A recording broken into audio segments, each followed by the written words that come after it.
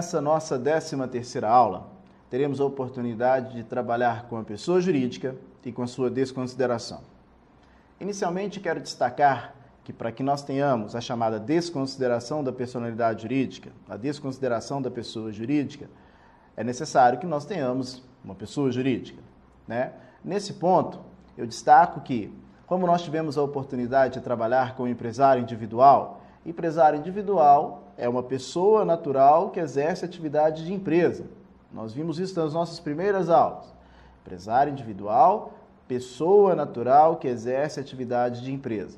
Portanto, quando nós estamos trabalhando com o empresário individual, não existe pessoa jurídica. É uma pessoa natural exercendo atividade de empresa.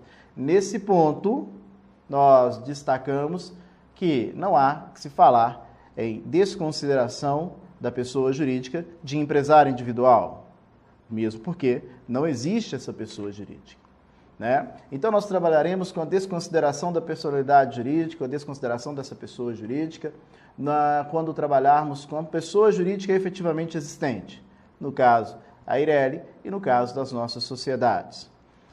Qual é a função da chamada desconsideração da personalidade jurídica, desconsideração da pessoa jurídica? A função nada mais é do que atingir os bens do sócio, ou se nós estivermos trabalhando com uma desconsideração inversa da personalidade jurídica, é o contrário, é retornar os bens pessoais para o sócio. Mas nós veremos e nós trabalharemos com duas teorias sobre a desconsideração da personalidade jurídica. Nós trabalharemos com a teoria maior e com a chamada teoria menor.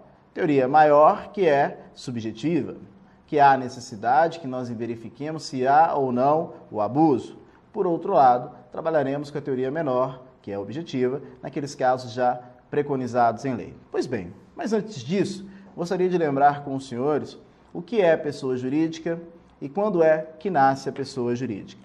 Diferentemente de nós, pessoas naturais, que temos a personalidade, temos o direito de personalidade, que se dá, né, com uma daquelas três teorias da aquisição do direito de personalidade, teoria natalista, que se dá com o nascimento com vida, teoria concepcionista, o direito da personalidade se dá desde a concepção, ou teoria mista, que conjuga aí um pouco da teoria natalista e um pouco da teoria concepcionista.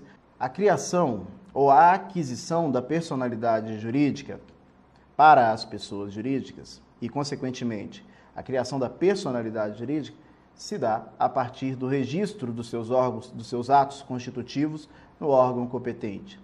Esse registro, né, é que vai criar a pessoa jurídica. Então, a criação da pessoa jurídica, ela se dá por meio do registro.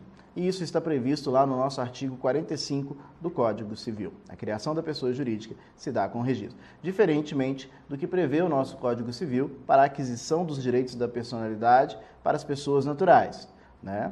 Porque hoje nós temos que a aquisição dos direitos da personalidade para as pessoas naturais se dá com o nascimento com vida. Pois bem, a partir do momento em que nós temos o registro da pessoa jurídica, adquire-se então essa personalidade jurídica e a pessoa jurídica passa a ser titular dos direitos e obrigações da ordem civil. Nós temos que entender que a pessoa jurídica ela é um organismo vivo. Ela é uma pessoa diferente daquelas outras pessoas que a compõem, quer sejam sócios, quer sejam as pessoas titulares dos direitos que eventualmente constituíram aquela pessoa jurídica. Quero destacar que as nossas pessoas jurídicas mais importantes para o direito empresarial, nós trabalharemos com a Eireli, lembrem-se sempre que a Eireli é uma pessoa jurídica, e trabalharemos também, né, teremos a oportunidade de trabalhar com as nossas sociedades, quer sejam sociedades empresárias, quer sejam não empresárias. Mais importante, dentro do nosso curso de Direito Empresarial, sem dúvida nenhuma, são as sociedades empresárias. Fato é que quando se constitui uma pessoa jurídica, pode acontecer abuso da utilização dessa pessoa jurídica, caracterizando, portanto, uma situação de fraude, um abuso de direito. E isso que está previsto lá no nosso Código Civil é justamente toda vez que nós tenhamos um abuso da pessoa jurídica, dá ensejo à desconsideração aí da personalidade da pessoa jurídica. né? Isso previsto no nosso artigo 50 do Código Civil.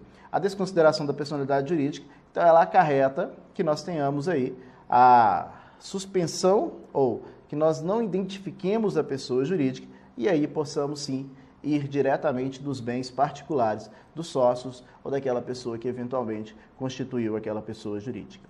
Além disso, nós temos a chamada teoria menor, que são aquelas situações objetivamente, como por exemplo, nós temos lá o artigo 28 do Código de Defesa do Consumidor, que diz que toda vez que nós tivermos que numa relação de consumo for constatado um prejuízo para o consumidor, né, há também a possibilidade da desconsideração da personalidade jurídica. Também temos o artigo 4º da Lei 9.605, Lei Ambiental, que trata também quando há a possibilidade da desconsideração da personalidade jurídica em se tratando de crimes ambientais. Também temos o artigo 34 da Lei 12.529, que trata sobre abuso do direito econômico, e também, por exemplo, o artigo 18 da Lei 9.847 de 99, que trata aí da Lei de Combustível. São situações que levam à chamada desconsideração da personalidade jurídica de forma objetiva. Acontecendo nas situações previstas nessas leis, nós teremos também a possibilidade. É claro ainda que quando se tem o caráter alimentar previsto lá nas relações de trabalho, é muito comum, de relações de emprego, é muito comum que nós tenhamos também a desconsideração da personalidade jurídica. Quero destacar que em algumas situações também nós dificilmente teremos a desconsideração da personalidade jurídica, porque não é própria do Instituto, como quando se trata de sociedade anônima de capital aberto. Na sociedade anônima de capital aberto, a pessoa jurídica existe, que é a sociedade anônima, entretanto, para que os sócios, acionistas, tenham uma possibilidade de investimento mais seguro, muito pouco provável que nós tenhamos a desconsideração da personalidade jurídica. Pois bem, além disso, existe também a desconsideração inversa da personalidade jurídica. O que é a desconsideração inversa da personalidade jurídica?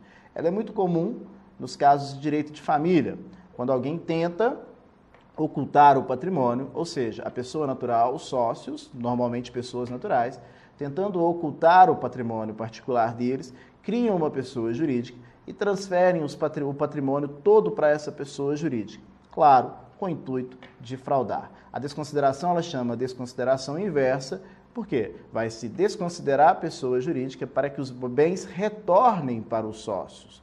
Nesse caso, os credores, eles querem os bens particulares dos sócios, mas eles não foram encontrados porque de forma abusiva estão presentes em uma pessoa jurídica.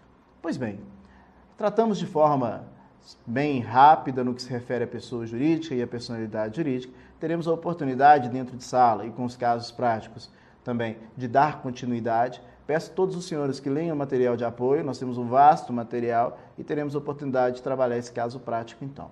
Muito obrigado e até a próxima.